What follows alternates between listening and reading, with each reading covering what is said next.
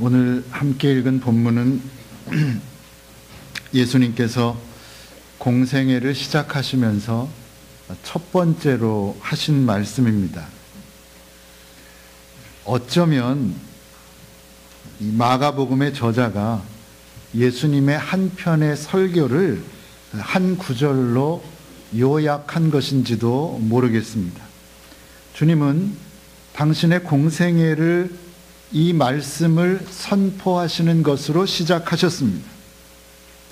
때가 찼고 하나님 나라가 가까웠으니 회개하고 복음을 믿어라. 그렇게 말씀하셨습니다. 주님은 제일 먼저 때에 대해서 말씀하셨습니다. 때가 찼다.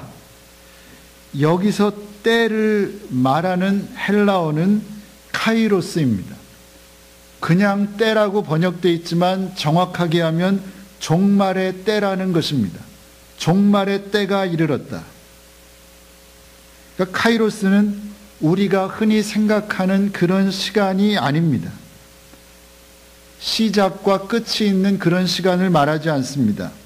우리가 생각하는 시간은 24시간이 지나면 하루가 지나는 것이고, 그 하루가 7번 지나면 일주일이 지나는 것이고, 52주가 지나면 1년이 지나는 것이고, 이렇게 지나가는 직선적인, 그래서 끝이 있는 그런 시간입니다. 그런데 일반적으로 성경에서 말하는 때는 그런 시간이 아닙니다. 끝이 없는 시간입니다. 물론 성경에도 우리가 사용하는 그런 시간 개념이 있습니다. 그것은 크로노스입니다. 시계나 달력들을 통해서 인식할 수 있는 그런 시간은 크로노스이고, 성경에서 일반적으로 말하는 시간은 카이로스입니다. 그래서 성경은 두 종류의 시간을 언급하는데, 하나님의 시간은 카이로스고 우리들의 시간은 크로노스입니다. 이처럼 성경이 말씀하는 종말의 때는 우리가 생각하고 있는 그런 시간 개념으로 생각하는 종말과는 다르다는 것입니다.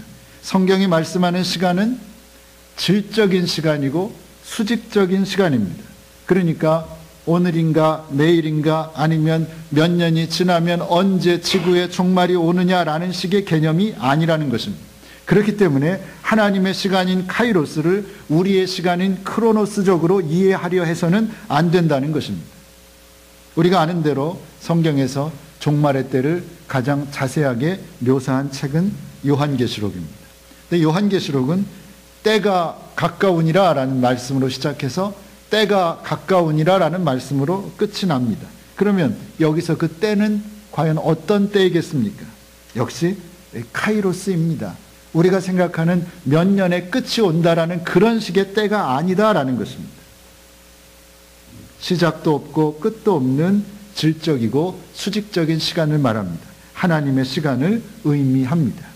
그런 면에서 오늘 우리들에게 있어서 마지막 때는 바로 지금입니다.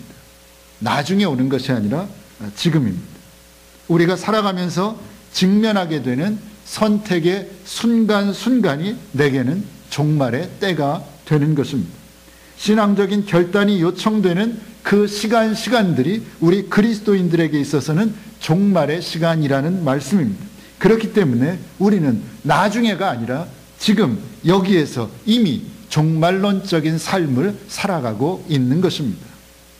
그런데 오늘 본문에서 주님은 바로 그 때가 우리에게 왔음을 선포하십니다. 그런데 일반적으로 어떤 때가 왔다, 때를 선포한다는 의미는 무엇입니까? 무엇인가가 임박했다는 것을 알려줍니다. 뭔가 있다라는 겁니다. 가까이 왔다라는 겁니다. 아직 시간이 많이 남아있다면, 지금 생각할 필요도 없다면 굳이 지금 그 때를 상기시키고 강조할 이유가 없다는 것입니다. 그런데 무엇인가가 임박했다고 했을 때, 무엇인가가 임박했다는 사실이 우리에게 주는 의미는 아주 다릅니다.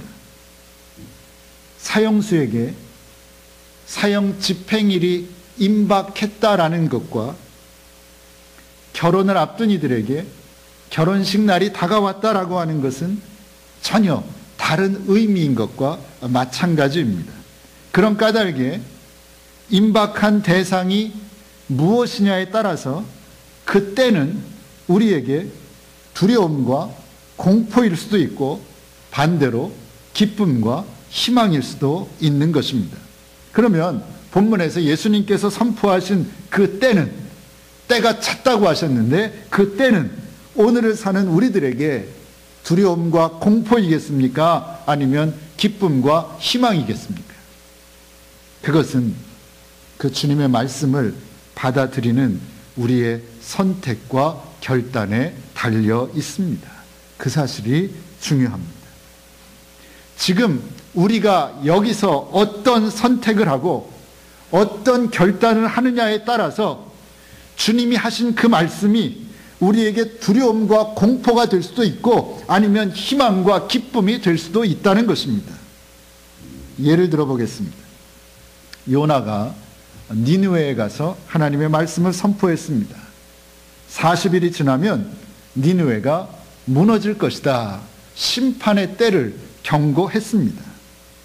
그런데 선포는 요나가 했지만 그 선포가 두려움과 공포가 될 것인지 아니면 기쁨과 희망이 될 것인지는 니느웨 사람들의 선택과 결단에 달려 있었다라는 겁니다. 그들은 어떤 선택을 하고 어떤 결단을 했습니까? 그들은 하나님께서 당신의 뜻을 돌이키시기를 간절히 소원하고 온 백성들이 하나님 앞에 나와 회개하는 길을 선택했습니다. 임금부터 좋은 옷을 다 벗고 굵은 베옷을 입고 제 가운데 앉아서 기도하며 회개했습니다. 그렇게 함으로 니느웨 사람들은 자신들의 삶의 터전이 완전히 붕괴되는 것을 막을 수 있었다라는 겁니다. 그런 관점에서 성경을 보면 성경은 그런 류의 이야기들로 가득합니다. 신약으로 와서 보면 베드로와 사도 바울이 하나님의 말씀을 선포했습니다. 그런데 똑같은 말씀인데 그 말씀을 들은 사람들 중에는 그 말씀대로 살 것을 선택하고 결단한 사람들이 있었습니다. 그들은 날마다 성전에 모여 기도하고 찬양하고 빵을 떼어 가난한 사람들과 함께 나누었습니다.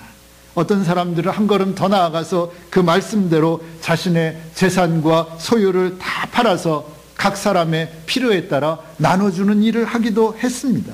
하지만 모두가 그랬던 것은 결코 아닙니다. 끝까지 코웃음치며 세속의 길을 고집한 사람들도 아주 많이 있었습니다. 예수님의 말씀을 들은 사람들의 경우도 마찬가지입니다. 본문에 등장하는 시몬 베드로와 그 형제 안드레, 세베대 아들 야고보와 요한은 주님의 말씀을 듣고 그 말씀대로 살 것을 선택하고 말씀대로 살 것을 결단하고 주님을 따라 나섭니다. 그러나 한 부자 청년은 어떻습니까? 자신의 소유를 팔아 가난한 자들을 도우라고 하는 주님의 말씀 앞에 울상이 되어서 근심하며 그 자리를 피해 달아나고 말았습니다. 자, 이렇게 그 때라고 하는 것은, 결단의 때라고 하는 것은 우리의 의지와는 무관하게 다가올 수 있습니다. 내가 원하는 때에, 내가 원하는 시간에 그 결단의 때가 오는 것이 아닐 수 있습니다. 하지만 그것이 두려움이나 공포가 될지 아니면 기쁨이나 희망이 될지를 결정하는 것은 결국은 우리 각자의 몫이라는 것입니다. 우리의 책임이라는 것입니다. 이 시간 하나님의 전에 나와 예배 드리는 베델의 교우들에게 주님은 이렇게 말씀하십니다.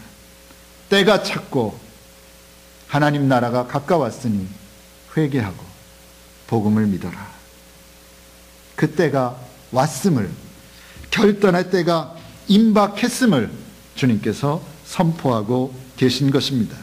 이 말씀 앞에서 우리는 어떻게 합니까? 순종해야 합니다.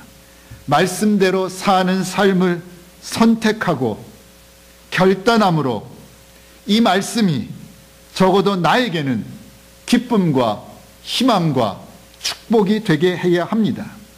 서두에서 언급했던 것처럼 그리스도인들에게 있어서는 바로 지금 이 순간이 종말의 때, 마지막 때임을 알아서 지금 여기에서 바른 선택을 하고 지금 여기에서부터 바른 신앙인의 길을 걸어가야 한다는 말씀입니다. 그러면 오늘 말씀을 통해 주님께서 우리의 결단을 촉구하신 것은 무엇입니까? 15절 말씀 다시 보겠습니다.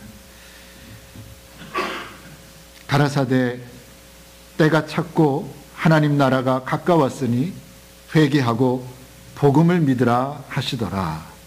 마가복음의 저자는 예수님께서 우리에게 촉구하신 말씀이 이것이라고 가르쳐 줍니다.